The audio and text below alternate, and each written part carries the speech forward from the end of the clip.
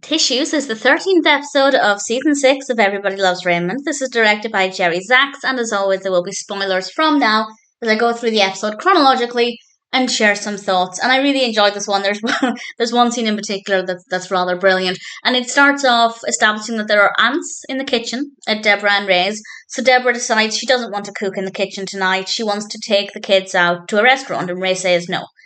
Taking the kids to a restaurant because he knows that it's going to be chaotic and they're not going to behave very well.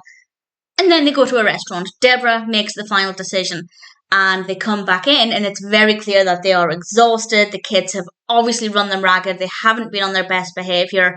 And Ray, he kind of slightly rubs it in, but also doesn't directly say it. He's just enjoying his takeout cake. And Debra asks him if there's something he wants to say. And the main narrative is established as Ray reveals that he never gets to make any decisions. Debra always seems to be the one who has the final say. And yeah, that's true. If you look back at previous episodes, it does seem to be the case that Ray's opinion is rarely considered. And I feel like this is a really important topic to address, whether you're the Ray or the Debra in this scenario. I think that it's important to be able to see Ray's side and to be able to understand where he's coming from, and also if you're the Ray, to be able to realise that actually you're allowed a voice and you can have a voice in your relationship. Maybe there are right and wrong ways to address it, but I will say that Debra, as is often the case, was sometimes quite unreasonable in this one, and she said to him, and I didn't agree with this, she said that he gave up the right to make decisions when he didn't help her around the house. But I don't agree with that, because on the one hand, I feel like he does help her if she asks him. On the other, I feel like she doesn't want him to do anything because she doesn't trust that he'll be able to do it right. And I feel like it's unfair of her to say he doesn't help. Granted, yes, maybe he probably could do more, but if she's not asking him, or indeed not even allowing him, because let's be honest, she's probably going to think that it's easier and quicker if she just does it, because Ray sometimes makes things worse. That's fair enough. So I don't agree with what Debra said there, and Ray ends up sleeping on the sofa in the morning, which I did find funny because he said it was his idea to sleep on the sofa at night. And Debra had said she'd already made that decision for him. He was already going to be banished to the sofa. And he wakes up there in the morning. And I didn't quite realise what was going on. It took a couple of seconds, basically, for Ray to explain why he was wearing a net. Because Debra comes down in the morning to apologise. Much to her credit, she thought about what she said. She realised it was unfair. And while she is giving this apology, Ray is frantically trying to get out of this tent net. He took the lining from the tent to wear over himself when he's sleeping to protect himself from the ants. I didn't realise what was going on until it was explained. It was a very bizarre moment. And Debra lets him decide where they're going on family vacation. Which I have to say, massive credit to Debra for doing that. But in my opinion, big decisions like that should never be a one-person decision. I don't think that should be Debra's decision either. I think it should be, well, maybe not a whole family decision. If children got to go where they wanted to go, it could get very expensive. Certainly when I was a child, I would have wanted to go to all of the big theme parks and all of these expensive places. But at least the adults should be making a joint decision. So I admire Debra for giving Ray such a big task and a big responsibility and something he can make a decision on his own. But the family vacation should never be a one-person decision. I think baby steps would have been better. And that's not actually what the episode is about. I've seen this episode before, of course, but I'd forgotten what the focus was. And it's not actually got anything to do with the family vacation. It has simply got to do with a box of tissues. Ray goes to the grocery store and he shops as if he's just been in the grocery store for the first time. And he buys a whole lot of stuff, and he bought some tissues that were on sale. Nobody likes the tissues. Robert's just enjoying the show, but Debra tries to not really say she doesn't like the tissues, but it's very clear that she doesn't. Marie thinks that the tissue box is one of the most important things in the household because it invites people to blow their noses, so she doesn't like it.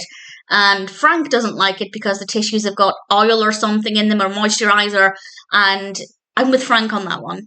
I understand the benefit of blowing your nose with something that's moisturized because it helps your nose not get so dry. But yeah, I'm with Frank on that one. I don't want wet tissues to blow my nose. So nobody is happy apart from Robert. Robert's just enjoying it. And Ray gets really frustrated by this because they're criticizing a decision that he made.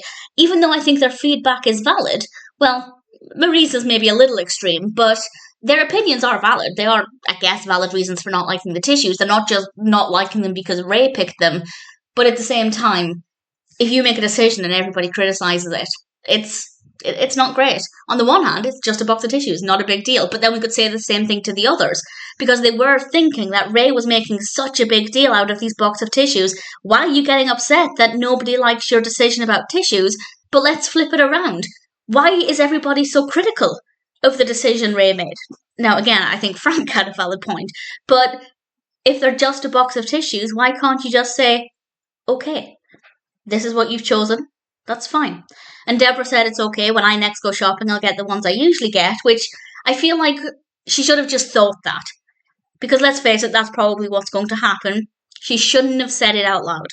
So I don't think anybody really handled that situation correctly, but I feel like Ray had a right to be upset to an extent, because let's face it, it's not about a box of tissues. It's about Ray finally getting to make decisions for himself after, as he explains, growing up with Marie making all of his decisions and then now with Debra making all of his decisions. He just wanted to buy a box of tissues that he chose. And everybody's basically saying you can't do that. So, on the one hand, yes, he overreacted, but on the other hand, so did everybody else.